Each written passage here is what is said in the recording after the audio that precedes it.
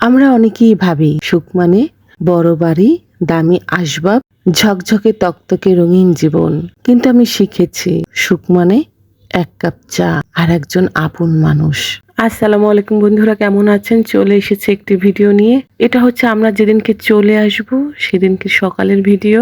যেহেতু আমরা চলে যাব তাই গুছগাছ করে নিচ্ছিলাম এবং দেখছিলাম কোনো কিছু ফেলে রেখেছে কিনা। এই সাইডটা আমার ছোট ভাই থাকে, যেহেতু ভাই ভাবি এখন বাড়িতে নেই, তালাবদ্ধ অবস্থায় এখানে থাকে। যদি বেশি লোকজন আসে, গেস্ট আসে, তখন হয়তো একটু খোলা হয়। যাই হোক, একটু ভিডিও করে নিলাম, যেহেতু চলেই যাব ভাবলাম একটু ভিডিও করি। খুব সুন্দর পরিপাটি করে গুছানো রয়েছে, যেরকম সেরকমই, কেউ থাকে না। আর এইটা হচ্ছে বড় ভাইয়ের রুম। এখানে বড় ভাই ভাবি আসলে তারা এই সিটে থাকে, তারাও চলে গেছে। এখন এই দুটোই তালাবদ্ধ অবস্থায় থাকবে। শুধুমাত্র এই সিটের একটা রুম শুধুমাত্র খোলা থাকবে, যেটা আমার বাবা থাকে। ওগুলো অধিকাংশ সময় আটকানো থাকে। এখন চলে যাওয়ার আগ মুহূর্তে আমার ছেলে সব গুছগাছ করে নিচ্ছে, কোথাও কিছু রেখেছে কিনা। আগের বার যাওয়ার সময় মোবাইলের চার্জার রেখে এসেছিল, আর একবার তো ওর মোবাইলটাই ভুলে রেখে এসেছিল, পরে ওর নানু নিয়ে এসেছে। যাই হোক, এখন সব গুছগাছ করে রাখা হয়েছে। শেষ মুহূর্তের প্রস্তুতি, যেহেতু ওর নিজের ফোনে চার্জ দিয়েছিল, চার্জারটা খুলে রাখলো।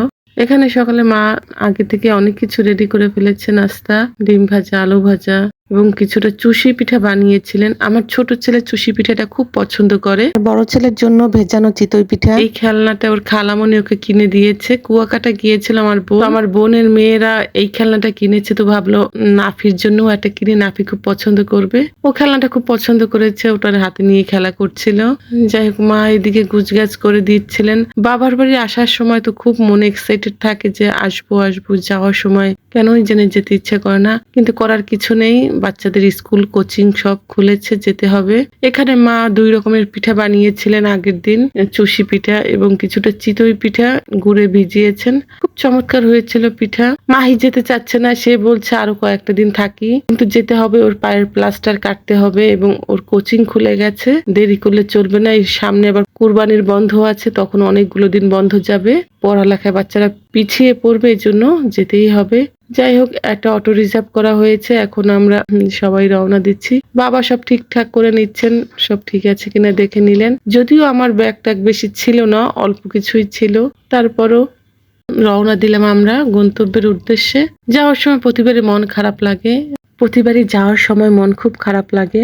পরিচিত জায়গা, পরিচিত মানুষজন ছেড়ে যেতে সত্যিই খুব খারাপ লাগে। কিছু করার নেই। আমাদের এই পাশটা যেতে অনেকটা পথ। এখানে এক সাইডে নদী, এক সাইডে ফসলের মাঠ, দেখতে খুব ভালো লাগে। এই রাস্তার ওই পারে নদী, নদীর ওই পারে হচ্ছে বরিশাল। এখান থেকে একদম বরিশালের উঁচু উঁচু বিল্ডিং গুলো স্পষ্ট দেখা যায়। যাই হোক, এই সাইডে রয়েছে ব্রিজ। এখান থেকে বরিশাল ভার্সিটি খুবই কাছে। ব্রিজের, যেহেতু এখান থেকে দূর থেকে ব্রিজটা দেখা যায়, যেহেতু গাছপালার কারণে ব্রিজটা এখন দেখা যাচ্ছে না, কিন্তু এর আগে যখন গাছপালা একটু কম ছিল, এই রাস্তা দিয়ে ব্রিজটা দেখা যেত। বরিশালের যে বড় ব্রিজ, ওখানে ব্রিজের ওখানেই তো ভার্সিটি। এখান থেকে ভার্সিটিতে যেতে খুব অল্প সময় লাগে, বেশি একটা সময় লাগে না। যাই হোক, আমরা চলে এসেছি। রাস্তায় বেশিটা ভিডিও করিনি, মনটাও ভালো লাগছিল না, তো ভাবলাম, কিন্তু খুব সুন্দর প্রাকৃতিক পরিবেশ, ইচ্ছে করছিল একটু ভিডিও করি। এই এখন দেখা যাচ্ছে ধানের চারা গজিয়েছে, যাওয়ার সময় এগুলো, এবং কুরবানির সময় যখন যাব তখন দেখবো যেতে ধান হয়েছে। খুব ভালো লাগে। এর আগে আপনার ভাইয়া বেশ দীর্ঘদিন পর এসেছে।